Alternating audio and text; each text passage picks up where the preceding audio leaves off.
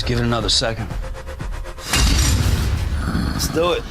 The writing has been amazing this season. The character development, everything is bubbling over. You know, you find Rick in a very, very different space at the beginning of the season, and he's trying to regain and trying to come back to the man he once was. Also, some of the writing and some of the development of the other characters is magnificent. I mean, Rick's sort of the brother that Daryl never had. And, you know, there was earlier scripts that had Daryl taking drugs and saying racist things, and I didn't want to say it. Play it like I grew up embarrassed of who I was going to become. It was sort of a death sentence within a death sentence. Bigger, badder, faster, meaner. Scott Gimple has infused a lot of character into it. I think that when the people die in Walking Dead Season 4, you'll be that much more upset because you've gotten to know them that much more.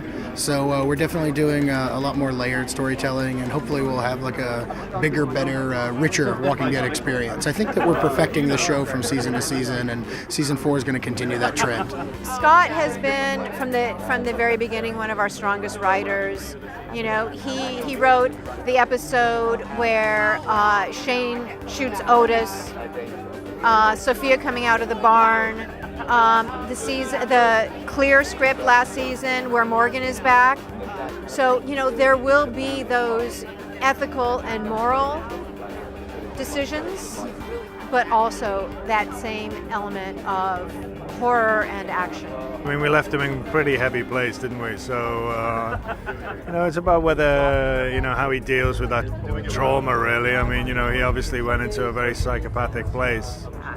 And the season 3 really drove him to that place. And 4 is full of surprises, so it'll be very interesting to see.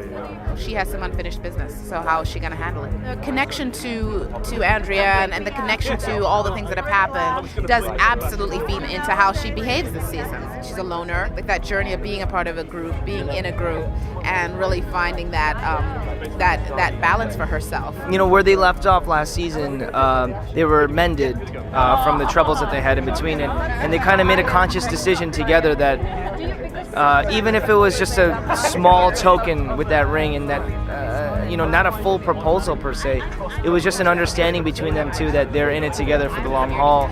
It's very romantic this season. You actually see us having kind of a nice, normal little routine for a second, maybe a minute. It remains a consistent hopefulness in the show. My character, a lot of the direction this year is that she has come out of a very, very dark place. She's been through crazy challenges last year and shaken, I think, in almost every way you can be. And it's made her 10 times stronger. And so you see this strengthened group, and it's a much bigger group. I mean, we have a lot of people that have come over to us from Woodbury. They welcomed me with open arms. Last season, he felt some sense of security, you know, making it into the group, and what's to come is pretty awesome. But he doesn't really need these people. I mean, he can hunt for himself, he can fight, he can take care of himself, and, you know, Season 2, you know, Rick says, when I'm going to look for Sophia, it's like, wait for me, let's make a plan, we'll all go together. And I'm like, no, I'm better on my own.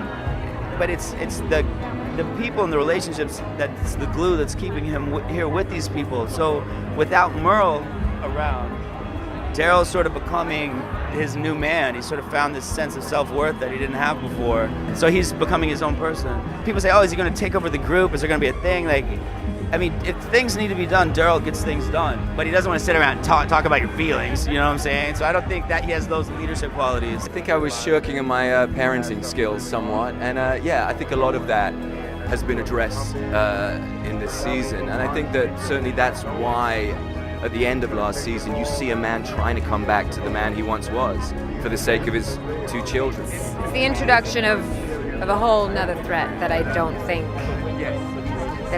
we could have imagined, and it's not zombies. This show's a whole nother level right now.